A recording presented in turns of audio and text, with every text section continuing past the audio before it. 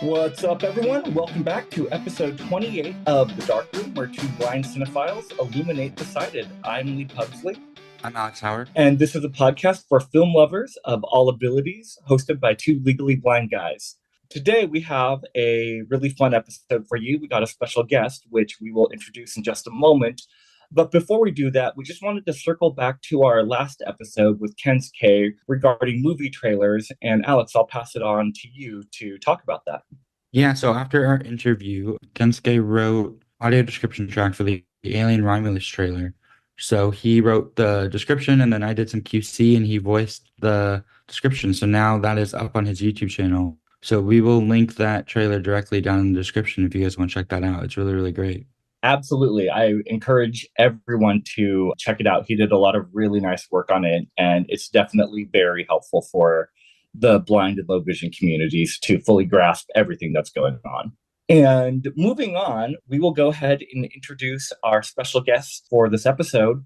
We have Tristan Snyder with us today. Tristan, thank you so much for being here. Well, thanks for having me. Some of you may remember Tristan from our Oscars audio description roundtable episode. It was great that you're here, Tristan, because a lot of people that watched or listened to that episode specifically mentioned you and just mentioned how it was so fascinating, everything that you do, because you do a lot. You do audio description narration. I know you've done some stuff with audiobooks, sound engineering, and audio description narration for like live events. So everyone was like, get Tristan back on here. We would love to hear more from him. I'm happy to be here. And Tristan, I know you and I have been on a couple panels and things together. So yeah, it's great to finally get you on the podcast. So to start out with, Tristan, why don't you just go ahead and give the listeners a little bit of background on you and just kind of what your journey with vision or blindness has been for you? I was born totally blind. Weirdly, they thought that I had light perception for a while. I was born with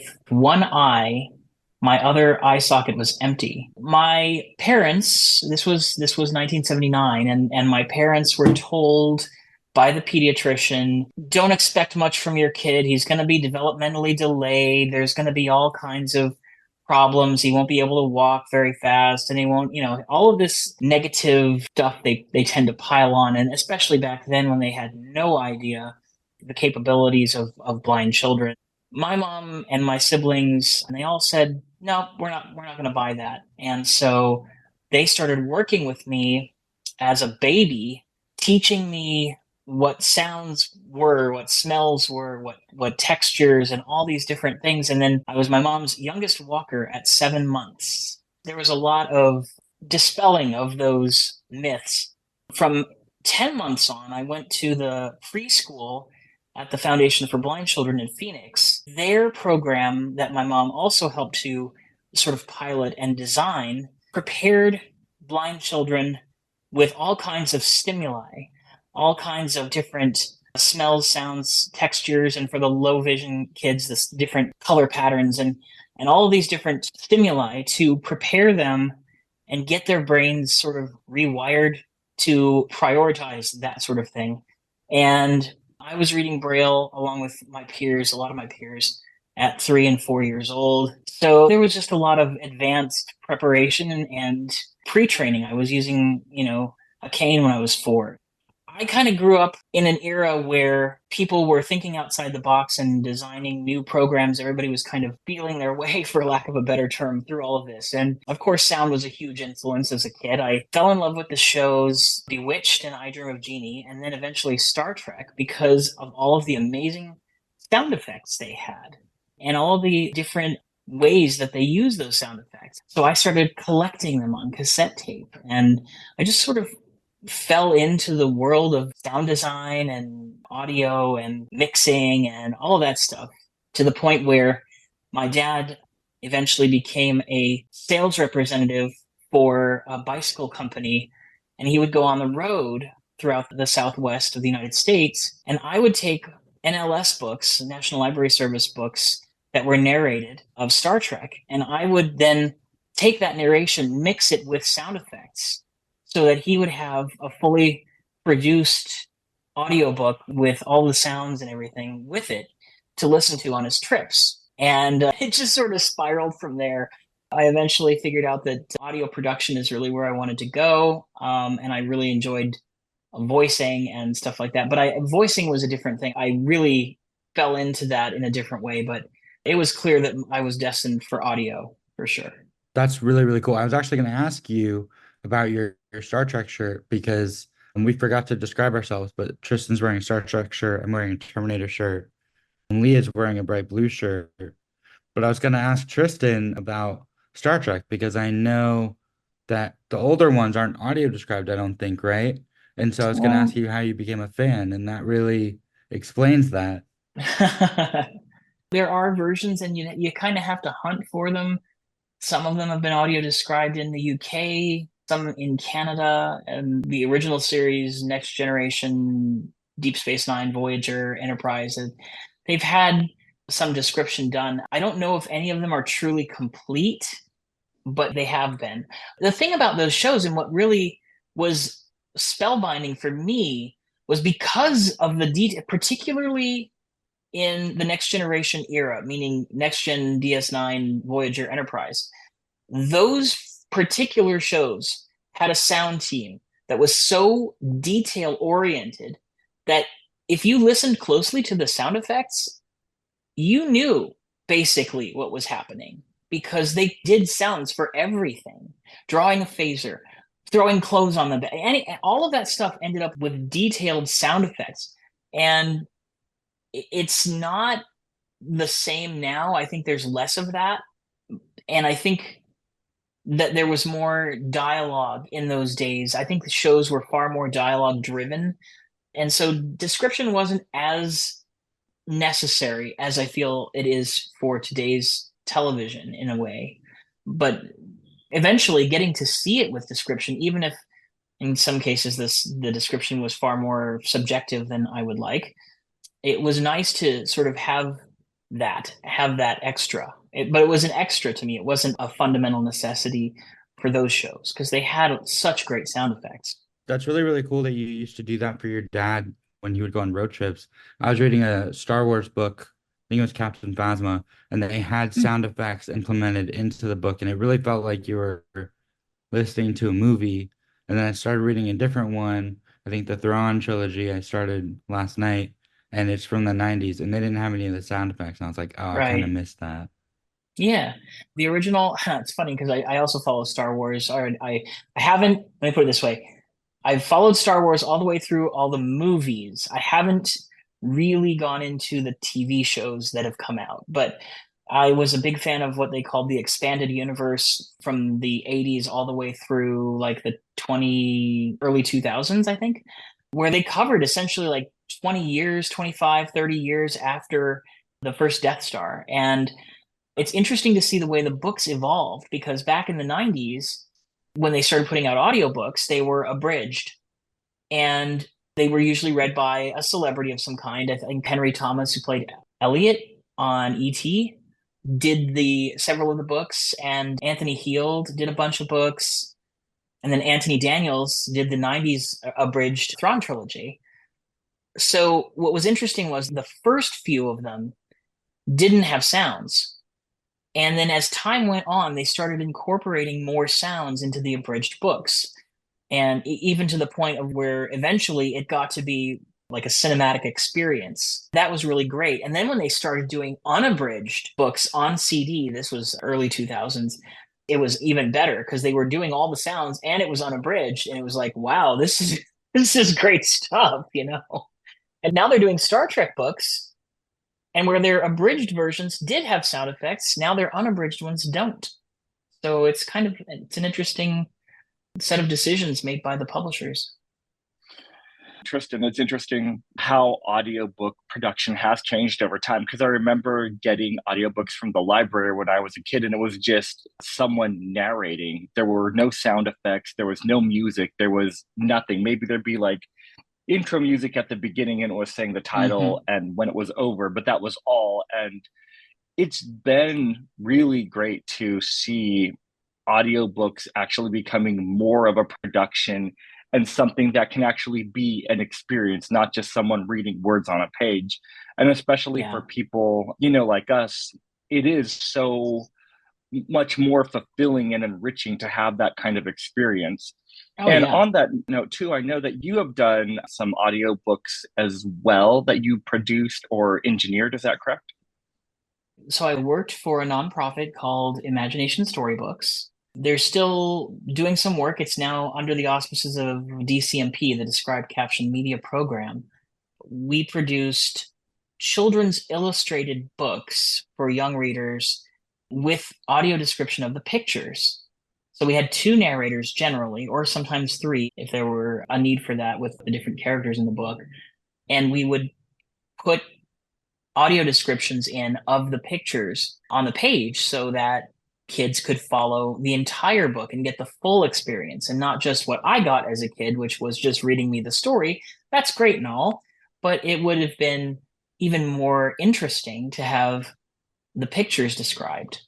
So that's something we did. And we put music with them. And then the DCMP folks put sign language and closed captioning with them as well. And they also made a transcript that includes both the story and the descriptions so that deafblind kids with a braille display could enjoy them as well. From another point of view, I was going to say, kind of tying in with the Star Wars talk, the NPR did audio dramas of the first trilogy. And it's really remarkable. The first two actually star Mark Hamill, and they got Billy D. Williams for Lando Calrissian. They're extraordinary productions. I mean, they are extraordinary productions, beautifully done. The third one, they couldn't get Mark Hamill. I think he was probably doing Batman the Animated Series or something. So they got this fellow named Josh Farden, I think is his name. And I think Ari Gross played Lando in that one. Anthony Daniels was C-3PO in all three of them. And it was beautiful. They were such great productions. That inspired me to go into, in the early 2000s, doing audio drama for a group called Darker Projects and a group called Colonial Radio Theater. I did the production on full cast audio dramas, sometimes writing the scripts, sometimes, well, most of the time doing the audio engineering and directing on occasion. I had a whole science fiction series called The Falcon Banner. I was co-producer on a series called Night Terrors. Lots of fun. Which trilogy? Is that the Throne trilogy? Which one is that? No, the original movie trilogy. A New Hope, Empire Strikes Back, Return of the Jedi. They did these beautiful audio dramas. Oh, they are just gorgeous. You get so much more in the dramas because they're stretched out into a far longer production. A New Hope is 13 episodes long, I think. You have all this extra material approved by George Lucas. It's not just made up by the folks at NPR. It's all the stuff that they didn't include in the movie. So these things are extended and they're beautiful. I believe Audible may have them.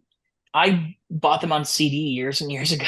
So I'm not sure, but I think I've seen them on Audible or maybe Books, the Apple thing. But I do believe they're out there. My first exposure to audio dramas was there was a Batman one done by Spotify Oh, yes, in 2021. Was it Winston Duke did Batman, I think?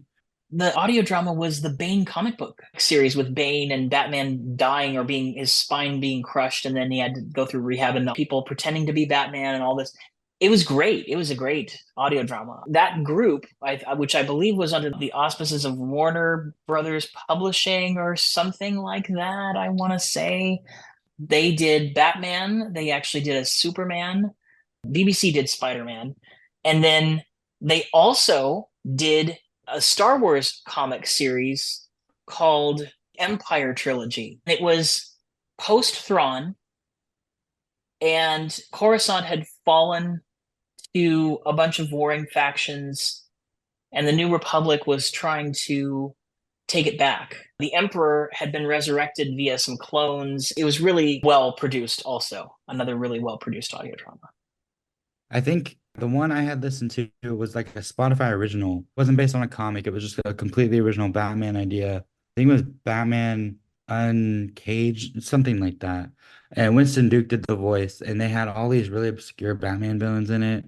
I think it's 10 episodes on Spotify if you want to look it up. It's really, really great. That was my first exposure to audio dramas, and it was when I had my work injury and I was getting migraines from screens, so I couldn't really watch anything. For me, audio description helps me understand what I'm looking at. So I'm not really used to just listening to the audio description itself and taking it only from there. I'm still kind of getting used to that. Hmm. So when I couldn't look at the screens, I was reading a lot, and I was reading a lot of audiobooks and things. And I found out about this Batman drama, and I was like, oh, maybe I'll, sit out by the pool and kind of listen to this and heal my brain, but also be entertained. And it was so good. And every week, I think it was on Wednesdays it would release. I'd be looking forward to the next episode. Yeah, audio dramas are great, and it's one of those things, it kind of, in a way, audio description is integrated because in some cases they have to use the dialogue to tell you what's going on, but in other cases they're able to use very detailed sound effects to help you know what's going on. And the combination thereof, to me, is very much what a good integrated audio description would be like for a film or a TV show. Yes, I can see that. So in the audio books that your company helps to describe, are they well-known like Shel Silverstein kind of books, or is there a company that you work with exclusively? So we generally produce books by independent authors because for whatever reason, we have had the devil of a time trying to get larger publishers on board with the idea that these books not only can serve the blind and low vision community, but also the community of children at large. We've had a very difficult time getting larger publishers on board with the idea of these audio described children's books. For whatever reason, they do not see how something that benefits the blind and low vision community can also benefit the larger community of children. My contention is that a kid who sits in the car and is on a long car trip, maybe they can't look at a picture book because looking at something like that can make some kids car sick, or, they just have too much pent up energy, or they're trying to take a nap, whatever it is. There are all kinds of reasons why perfectly sighted people don't need to look at a screen or can't look at a screen or can't look at a book, a page. And I think a book that has description of the pictures serves multiple purposes and serves multiple communities. So, but unfortunately, we haven't been able to convince the publishers to get on board with that. So we mainly do independent books or those books where the copyright has expired. For example, last year we did Winnie the Pooh. And I definitely need to tell my friend Tess about that because she is a big Winnie the Pooh fan. I love Winnie the Pooh as well. I'm a huge fan, as Alex knows. We did a full cast production, so every character had its own voice, but we also included the original illustrations by E.H. Shepard, I believe. That's right. Yeah, correct. When you do the description, so I'm assuming you read the text, but then do you have another voice do the image description, Yes. or how do you format Yes. it? That's how you do it. Yeah, we have a narrator reading the text, or in the case of Pooh, we had a full cast. And then we have a different narrator doing the descriptions. Usually we alternate so that one of them is a male and one of them is a female, depending on the book, really. That's how we do it. I have done quite a bit of the description narration. I've done a couple of narrations of the story, and we have a lot of other narrators involved as well. We do prioritize blind narrators, people who are professionals in the industry who are blind or low vision and who want to do more narration. We did do that. As I said, the nonprofit itself is defunct now, but we still produce some audiobooks at this point. We're doing a few of them. It's not, unfortunately, we just couldn't find the funding to continue. It would be great if you could find another organization to give you guys funding so that way you could continue to do more books. Because, like you were saying, I do think it does matter and it is so important for listeners and readers of all kinds, whether or not you're blind, low vision, or fully sighted. Like you said, there is definitely a benefit to that. Kind of shifting gears a little bit, though, and let's go ahead and get into a little bit of the audio description territory here.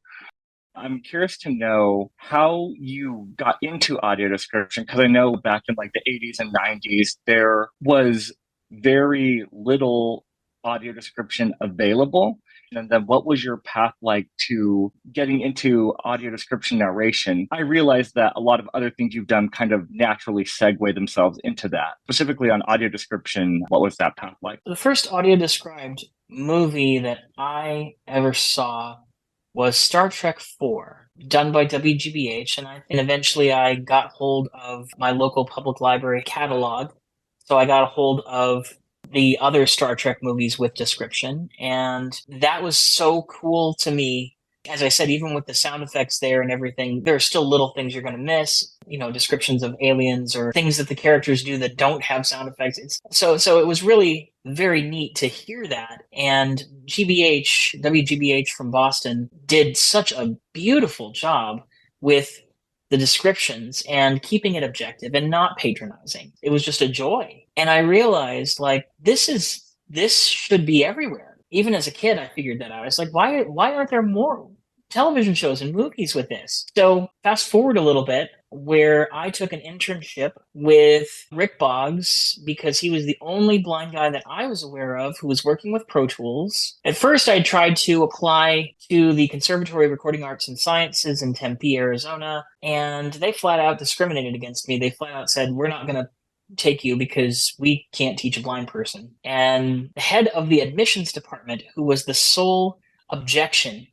to denying my entry, in other words, he was for letting me in, decided to take it upon himself to use their curriculum, offer me a private apprenticeship, and teach me the entire conservatory's curriculum, all of the stuff that they taught their other students. So while I didn't get the degree, I got the education. And then I reached out to Rick, who had put me in touch with Alva Access Group, who was at that time, I believe, who put me in touch with the folks who made a screen reader called Outspoken. And he had worked with them and with DigiDesign, who owned Pro Tools at the time, to make Pro Tools accessible to blind audio engineers. And he said, well, I have a little music studio here in California, and if you want to intern, you can come down here and we can work together. And I said, well, I wouldn't say no to that. So I did, packed up all my stuff and moved to LA. And in the end of 2001, there was news that the FCC was going to mandate a certain amount of broadcast television have audio description. And one of Rick's longtime colleagues said, you should get into this. Who better to do this than a blind person? And so he found a person who, in my estimation, is still the finest audio description writer on the planet. Her name is Terry Grossman. Unfortunately, she's retired now, but I learned so much from her, and her scripts are just always, and brought her on board. Another fellow, Jack Patterson, who was instrumental in the visual QC of the description. And between Rick and I and Jack and Terry, we kind of made the core of what was at that time WeCTV. And we started producing audio description. We got a contract with ABC to do The Wonderful World of Disney. And one of the first things that came to us was Toy Story for The Wonderful World of Disney. And Rick said to me, this is such a great animated movie. It's such a kid movie. And you have such a young-sounding voice, you should narrate it. I never narrated description before, but I knew what it sounded like from WGBH, and I took it, and I did it, and it was my first audio description narration job. It was I think it was actually April of 2002, so it was 22 years ago. That's really amazing, and Toy Story will always have a special place in my heart. I mean, that's the first movie I remember seeing in theaters. So that aired on TV. On the Yes. SAP channel, right? Yes. First, you said you saw Star Trek 4. Was that also on TV on the SAP channel? No, that I got the public library. So WGBH back in the 90s, they released their catalog of described titles on VHS. And I eventually bought my own copies of the Star Trek series with description on VHS from them. And So it was actually not in mono, it was in stereo, imagine that. And it was just so beautifully done, but it was on VHS. And they had several other movies. I mean, they had a pretty vast selection of different audio described movies. But it was a separate tape. You bought the audio described Yes. version and you didn't get the regular version with it, right? Correct. Yeah. Okay. Although I did have of course, I'm a Trekkie. I had Oh, the yeah. original, but yeah, no, it was a separate tape. Go for it, Lee. Yeah, no, that's so cool that Toy Story was your first audio description narration project. I mean, like, it can't get much better than that.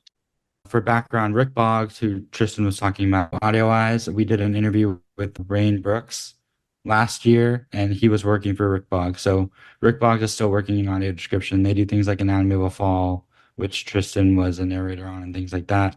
And then Pro Tools, for people who don't know, is a sound mixing software, which is very highly regarded in the industry. So that's really great that even back then they were saying they should make that accessible. Yeah, DigiDesign and now Avid have committed to keeping Pro Tools as accessible as they can, which is great. And there's a new fellow who's kind of taken on the collaboration from the blindness side of it. His name is Slough Hallaton. He has been spearheading Pro Tools over the years, and he's done a fantastic job. And to the point where they've created a separate app that then creates all kinds of new keyboard shortcuts for things that a sighted engineer could click the mouse for. And frankly, a blind person could do it too, but not as quickly. They've created a new piece that works in conjunction with Pro Tools called Flow Tools that just allows us to do a very complicated thing with a couple keystrokes, and it just enhances it all. Slough is a very interesting man, and he is definitely dedicated to accessibility of Pro Tools. I didn't even realize that Pro Tools was accessible, and I wish I would have known that. I studied theater in college, and when I took a sound design class, we had to use Pro Tools to edit soundscapes, or when I was sound designer for one of the productions we did, I used Pro Tools, and granted, my vision was better than what it is now. For context, I have partial vision in one eye and no vision in the other eye. My vision in my strong eye, or in my left eye, was always stronger, and it was okay at the time, and I could read, print with a magnifying glass, and I just have to get really close to the screen. But even still, using Pro Tools was challenging. Had I known it was accessible, that would have saved me so much time and frustration and profanity. I'm sure, yeah. And it's important to note for anyone who might be thinking, hey, I'll go get Pro Tools. You really do need to use the Mac version. The PC version isn't accessible. That makes sense. And I think I was using the PC version at the time. So I guess it wouldn't have mattered anyway, but I'm glad to know that Pro Tools is accessible now. So if I decide to pick it up again, it's good to know that that's there. So I am curious to know then what your process is like for the work that you do. And I know that's a very wide net to cast in asking that question, but I'm sure there are ways that you've had to make accommodations for yourself being totally blind that looks a lot different than how a sighted person would do things. So yeah, I guess if you can just talk a little bit about your process, whether it's with how you do audio description narration, how you specifically do those things. Well, back in the day when we were working on The Wonderful World of Disney back in the early 2000s and other shows as well, we did stuff for Fox, That 70s Show, and some other stuff. But back in those days, the media would come to us on beta tape or beta SP. These tapes would come, and of course it was, you had to lay those tapes into Pro Tools via a beta machine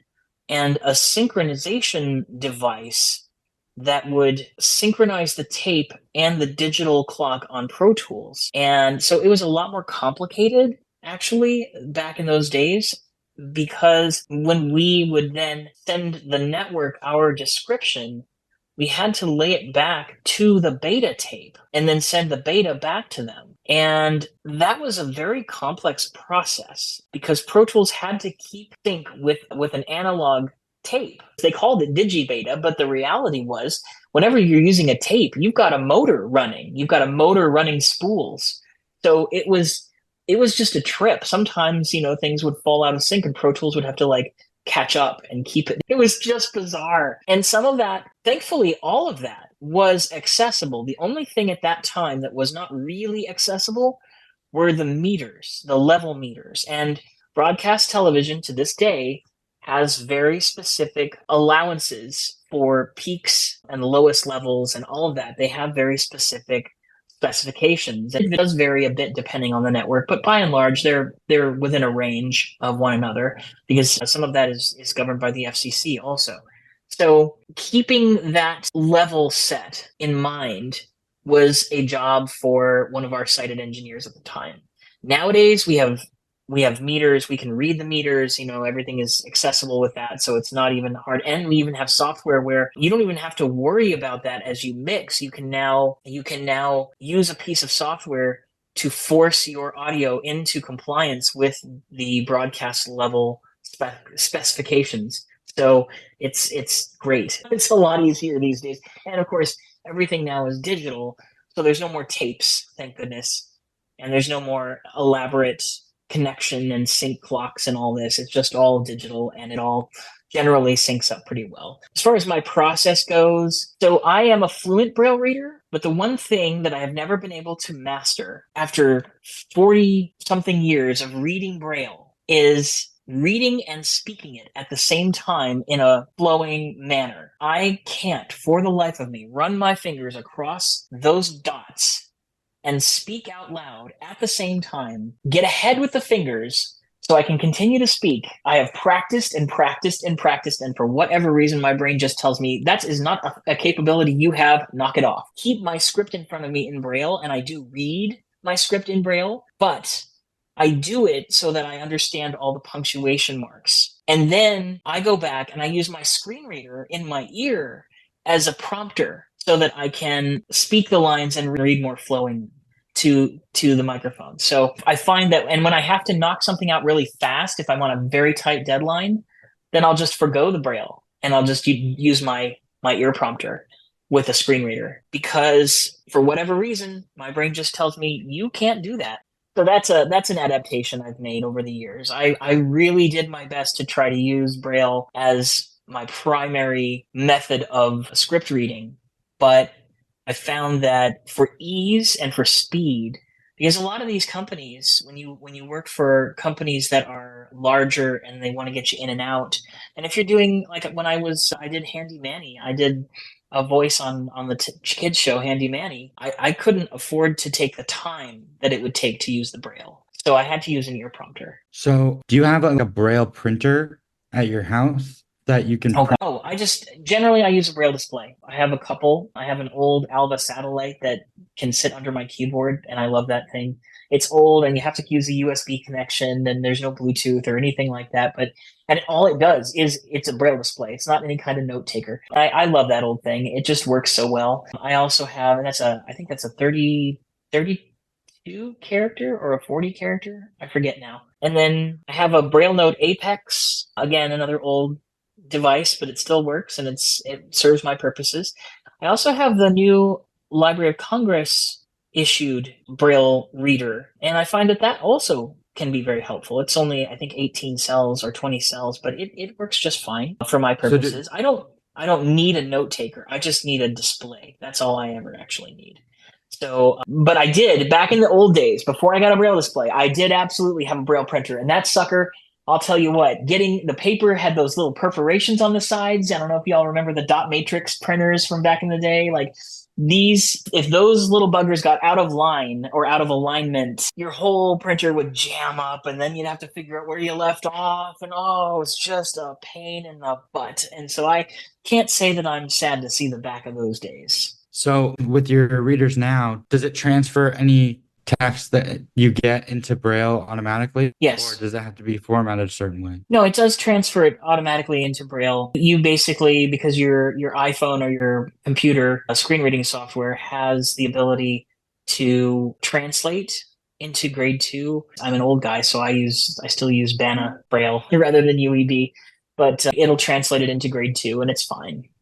It's fine. And you use a Mac, I'm assuming? Yes. Yep. I use a Mac Mini with no monitor, because I don't need a monitor. Wow, that makes sense. Yeah, I'm taking a voiceover class next semester at Braille Institute, and I'm starting to like voiceover for me, just trying it on my own. It's so much. I need to like train my brain to turn my eyes off and just listen, and it's really, really hard because my whole life I've been using my eyes as a primary sense, and so training my brain to like, okay, just use your ears to listen and don't worry about what you're seeing is really hard to do. That's where a totally blind person, I think, may have a slight advantage, because I can't imagine how difficult it must be as a low vision person to have conflicting inputs in that way. It can be tough. Yeah, and I think a lot of it is to like prep because my eyesight has gotten worse. I can't really read text anymore or anything like that.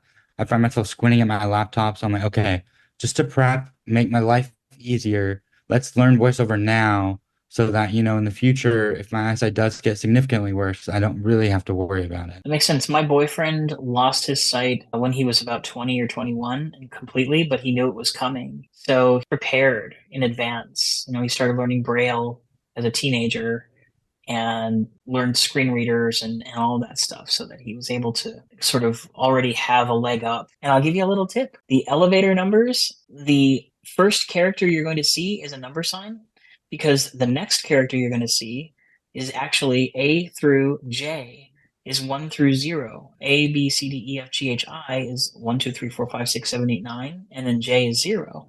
So once you learn those, you're also going to know the first 10 letters of the alphabet. Oh, that's cool. Okay, I didn't know that. So another thing that I was curious about, Tristan, was what it's like doing live audio description. I know that you've done audio description for different live events, including some theatrical productions and everything. And especially when you're in that realm and you're doing live narration for theater, theater is different every night. And, maybe they're going to hit their mark a few beats earlier or a few beats later, or something could happen. But yeah, what is it like doing that kind of audio description for live events? Produced the audio description for the Blue Man Group in Orlando, Florida back in the aughts, back in the early 2000s. And we did it based on their lighting cues. The Blue Man Group performances are very uniform, and they tend to stick to process their sequences. So we gave them pre-recorded description based on their live show that was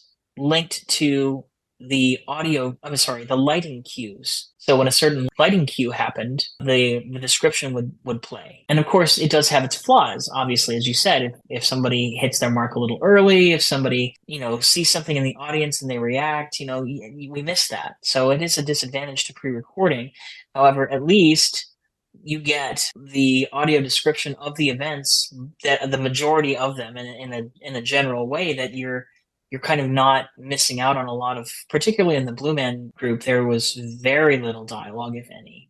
Usually it was done by an offstage announcer. The Blue Man never spoke. So I feel like the description was necessary, but we weren't able to provide live description every performance. Now, when it comes to the SAG Awards, which I've done 2 of, the pieces of the show that I did were pre-recorded. They were the nomination clips and the trailers and the little in memoriam and the tribute, the lifetime achievement clips. All of that stuff was pre-recorded, and so we got those in advance.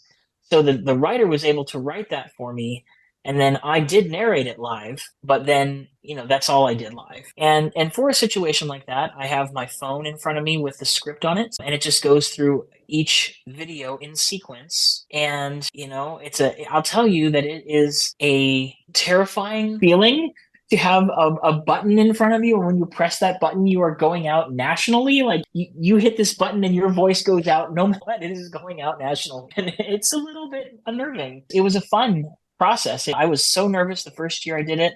So I was nauseous. I was just terrified that I would do the wrong thing. And, once you get through it once, coming back, it's not so hard. You know that you're going to mess up, but it's not going to be a big deal, and you're going to correct and you're going to move on, just like any other live performance. And, it was a fun chance to get out there and do something live. I would do it again. If they ask me back next year, sure, I'll do it again. When you were doing the SAG Awards and you said that you just press a button and it goes out like all over, the world, I guess, for lack of a better term.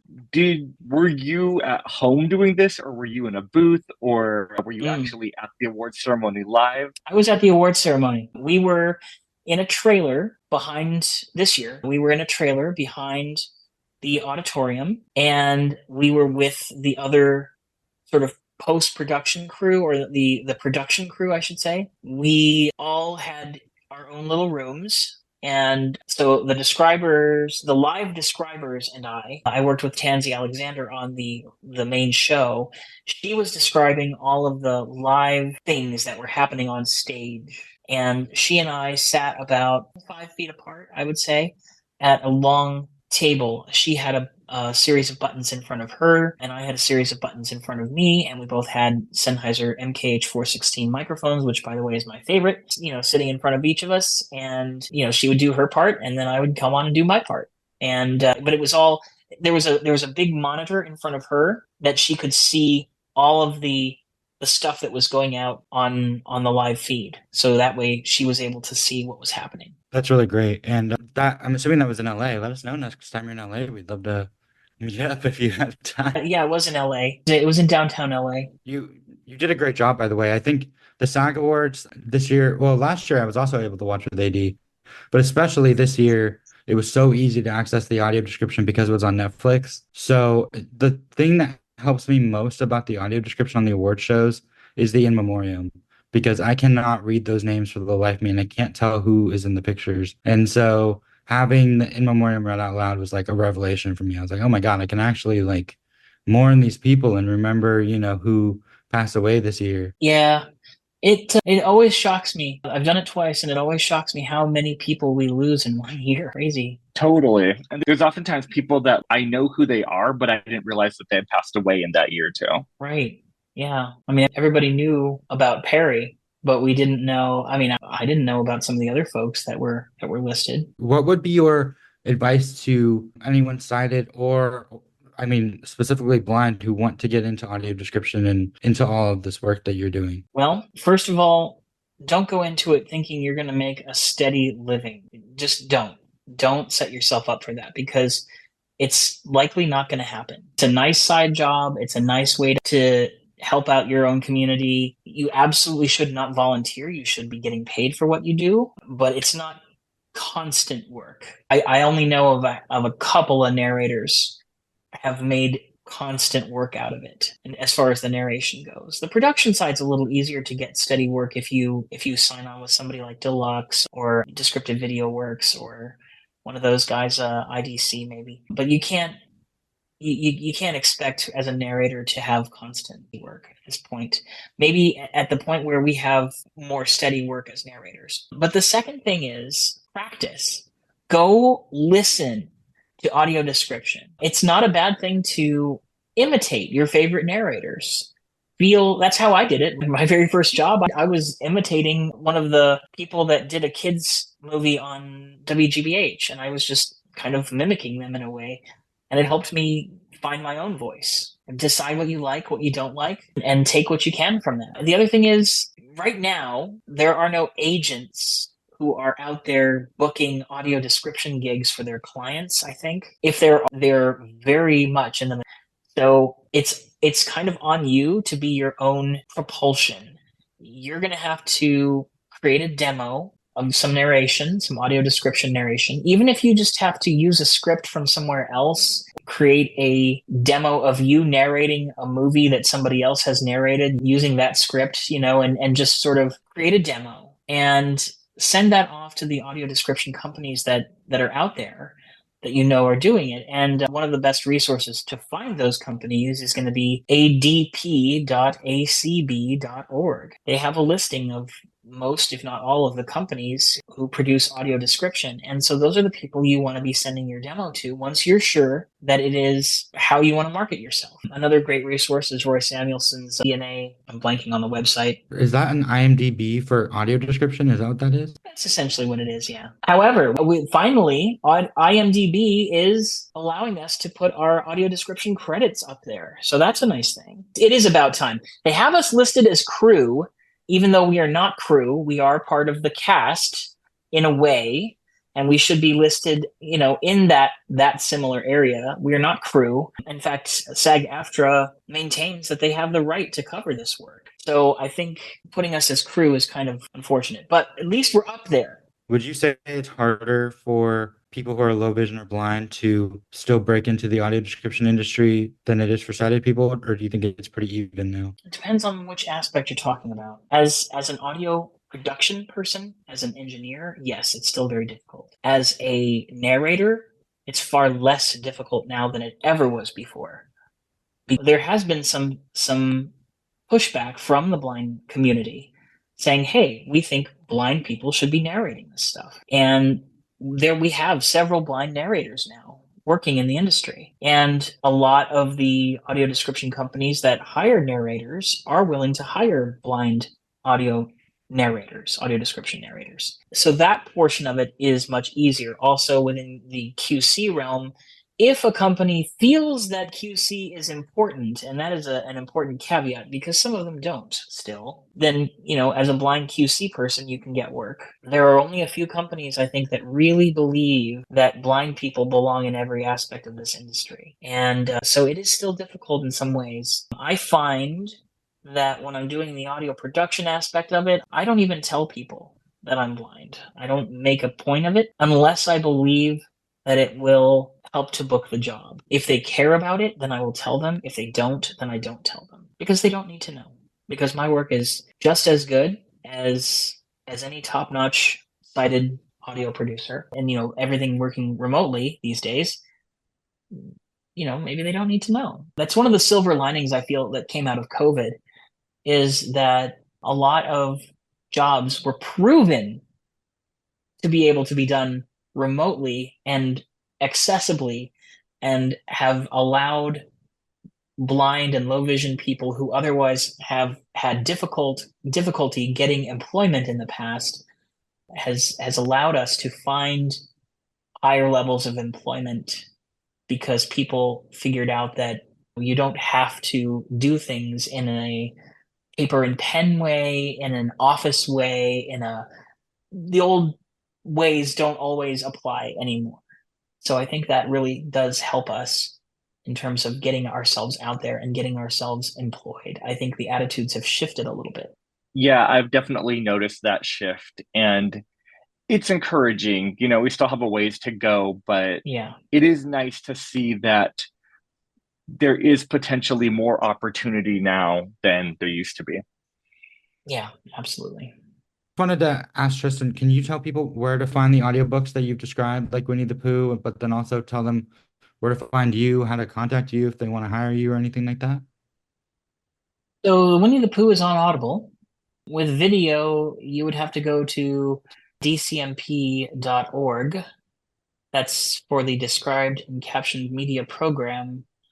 And that's really the video and sign language versions of it are for K-12 students and TVIs, teachers of the visually impaired, and other educators. So if you're an educator in the K-12 system, you can get a free DCMP account. If you're a student in the K-12 system, you can get a free DCMP account. And you can access all of the Imagination Storybook library. There's like 140 titles, 100 and something titles. As for me, you can find me by emailing Tristan, Tristan, at earsound.com.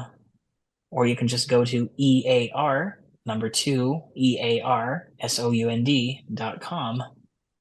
And we will link all of that in the description as well. And one last question for you, Tristan, which we always like to ask our audio description narrators, engineers. What are some of the projects that you've worked on that you're most proud of? Anatomy of a Fall. For people who don't know, people know I'm very passionate about physical media, but they just announced that the audio description track for Anatomy of a Fall will be on the Criterion Collection Blu-ray that they're putting out. So that's really cool. Nice. Yeah, I'm proud of that. I really enjoyed doing the show The Good Doctor for 3 seasons, seasons 4 through 6. I really enjoyed that. I think on Netflix, there's a new movie coming out called Thelma the Unicorn. I'm rather proud of that one. That's a good movie.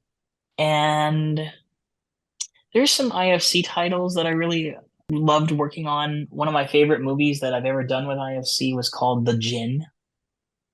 Oh, creepy, wonderful movie. Wonderful.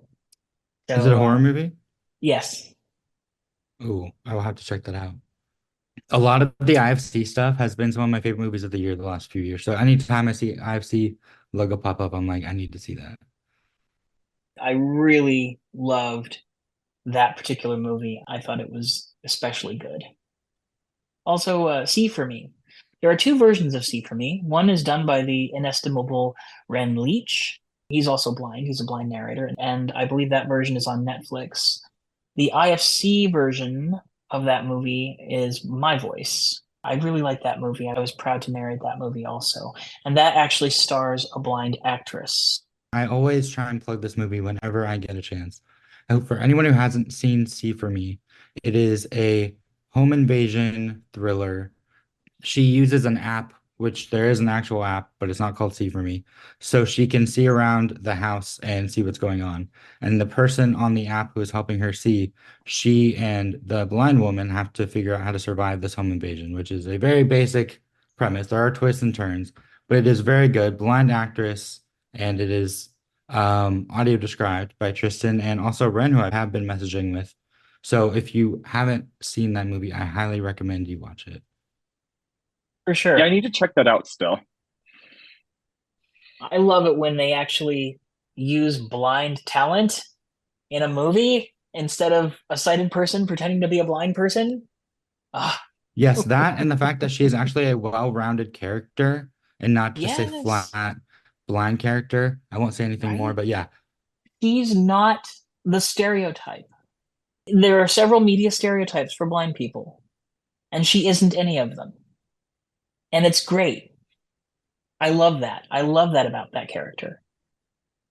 Tristan, this has been such a wonderful conversation, and we thank you so much for taking the time to chat with us and just to share about your experiences and to enlighten and educate all of us.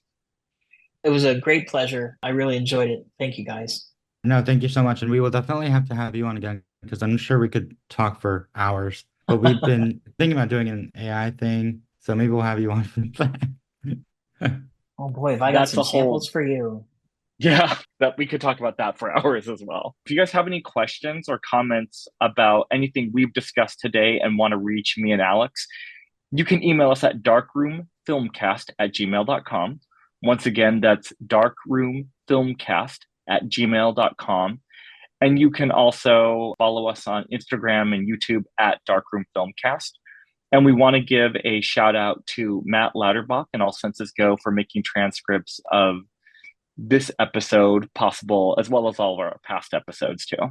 And we would love to hear from any of you about anything we talked about today or on any past episodes as well. Thank you guys so much for listening, and we will see you back here next time on The Dark Room. Thanks, guys.